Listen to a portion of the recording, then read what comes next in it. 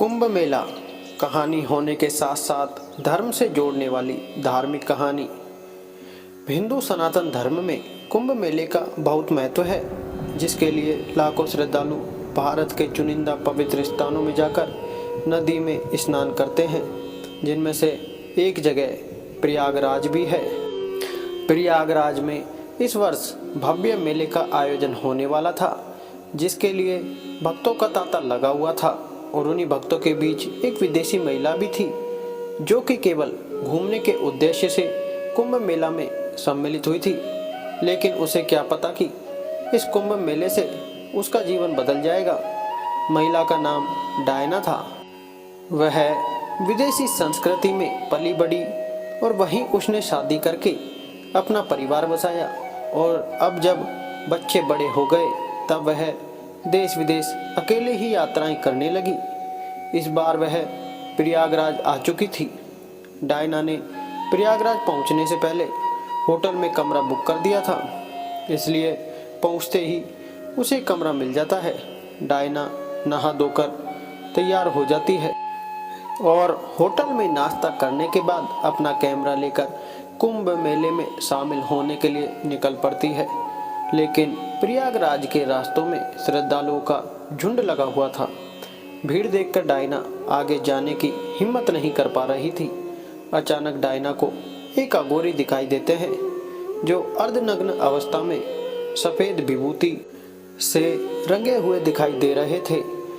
Diana को उन्हें देखकर उनकी फोटो खींचने का विचार आता है। वह अघोरी के पास पहुंच जाती है और अपना कैमरा चालू करके उनके सामने खड़ी हो जाती है।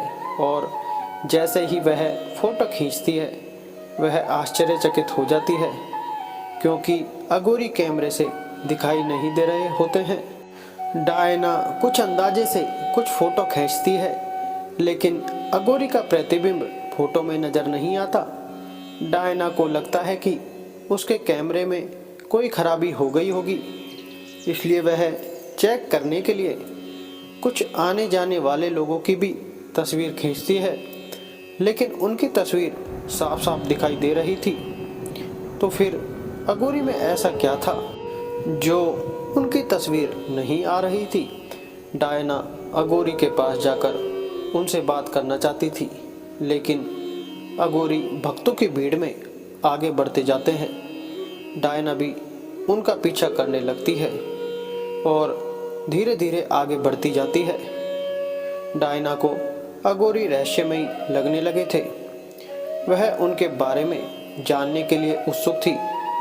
थोड़ा दूर चलते ही डायना का पैर फंस जाता है और वह गिर जाती है। और जैसे ही उठकर खड़ी होती है तो देखती है कि अघोरी उसकी आंखों से ओझल हो चुके थे। उसे बहुत बुरा लगता है, क्योंकि उसने आज तक इतना रहस्यमयी इंसान नहीं देखा था। तभी डायना उसी दिशा में चारों तरफ देखते हुए आगे बढ़ती रहती है। कुंभ मेला अपना आकार बढ़ाते जा रहा था। श्रद्धालु नदी के घाटों में अपना डेरा जमा चुके थे। डायना भी संभलते हुए गंगा नदी के घाट पर आ जाती है। चारों तरफ लोग ही लोग दिखाई दे रहे थे, लेकिन डायना की नज़र तो सिर्फ अघोरी को ही ढूंढ रही थी। तभी किस्मत से डायना को अघोरी फिर से नजर आते हैं, लेकिन वह नदी के दूसरी तरफ एक पत्थर पर बैठे हुए थे।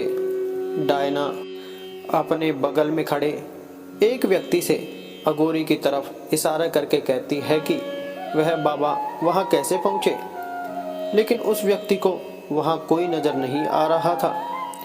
वह डायना को अनसुना करके वहां से चला जाता है।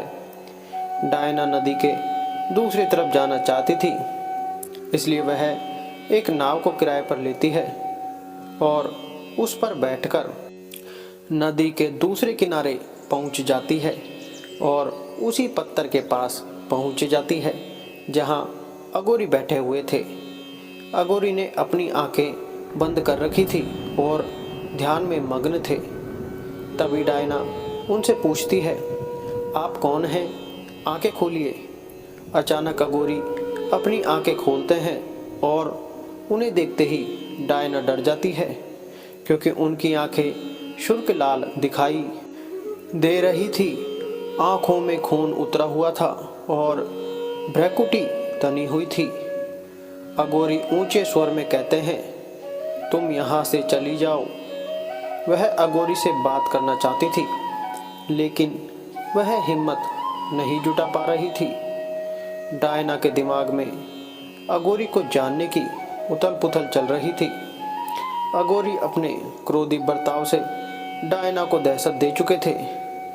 डायना अघोरी के सामने बैठ जाती है और कहती है, जब तक आप अपने बारे में कुछ नहीं बताएंगे मैं यहाँ से नहीं जाऊंगी। डायना की तीव्र इच्छा की वजह से अघोरी का हृदय परिवर्तन हो जाता है और वह डायना के सर में हाथ रखकर पल भर में उसे अपने बारे में सब कुछ बता देते हैं। डायना आंखें खोलती है और वह शून्य हो जाती है। उसे अपनी जिंदगी की सभी बातें तुच्छ लगने लगती है। उसने जो जीवन जिया था वह किसी जानवर की तरह नजर आने लगता है, क्योंकि डायना सत्य को समझ चुकी थी। डायना ने अघोरी की शक्ति से देख लिया था कि और भी खूबसूरत जीवन है जिससे हम वंचित हैं, और अब डायना भी वह पाना चाहती थी। डायना अघोरी के पैरों में गिर जाती है और उन्हें कहती है, आप मुझे भी अपनी तरह बना दीजिए। अघोरी कहते हैं, नामुमकिन यह साधना महिलाओं के लिए नहीं है और इसमें अपने जीवन को त्याग कर सत्य के मार्ग को अपनाना पड़ता है, जिसमें सांसारिक जीवन से जुड़ी हुई विषय वस्तु से सारे रिश्ते खत्म करने होते हैं। क्या तुम इतना त्याग कर सकोगी? डायना मन बना चुकी थी कि वह अब अघोरी की तरह ही जीवन जिएगी, इसलिए वह पूरे आत्मविश्वास से अघोरी की शिष्या बनने को तैयार हो जाती है। अघोरी कोई इंसान नहीं बल्कि एक शक्ति थे। वह किसी भी तरह के वातावरण में रहने में सक्षम थे, लेकिन डायना तो एक साधारण महिला है। वह इनके साथ साधना करने योग्य नहीं थी, इसलिए वह डायना के लिए उन्हीं पत्थरों के बीच में अपनी चमत्कारी शक्ति से एक छोटी सी गुफा का निर्माण कर देते हैं और डायना के वस्त्रों को बदलकर उसे वैराग्य की वेशभूषा में ले आते हैं। और जैसे ही डायना पत्थर के ऊपर साधना के लिए बैठती है तो नदी के दूसरी तरफ कुछ लोगों को डायना एक देवी रूप में नजर आने लगती है और कुंभ मेला में शामिल भक्त डायना के दर्शन करने के लिए उतावले हो जाते हैं। एक के बाद एक कई नाव नदी पार करके दूसरी तरफ पहुंच जाती है। श्रद्धालुओं की भीड़ डायना की गुफा की तरफ बढ़ने लगती है। अचानक डायना की आंखें खुलती है तो अघोरी उसके सामने से गायब हो चुके थे और बहुत से लोग हाथ जोड़कर सामने खड़े हुए थे। डायना को समझ में नहीं आता कि वह इतनी महान कैसे बन गई कि लोग उसे एक देवी समझने लगे, जबकि वह एक साधारण महिला थी। लेकिन यही कुंभ मेला का प्रताप था जिसने डायना का जीवन बदल दिया और उसी बेरंग जिंदगी में भक्ति का रंग घोल दिया था। दोस्तों, धार्मिक कहानियों और सच्ची कहानियों और अनेक अच्छी कहानियों के लिए चैनल को सब्सक्राइब करके बेल आइकन जरूर दबाएं। मिलते हैं अगली कहानी में। धन्यवाद।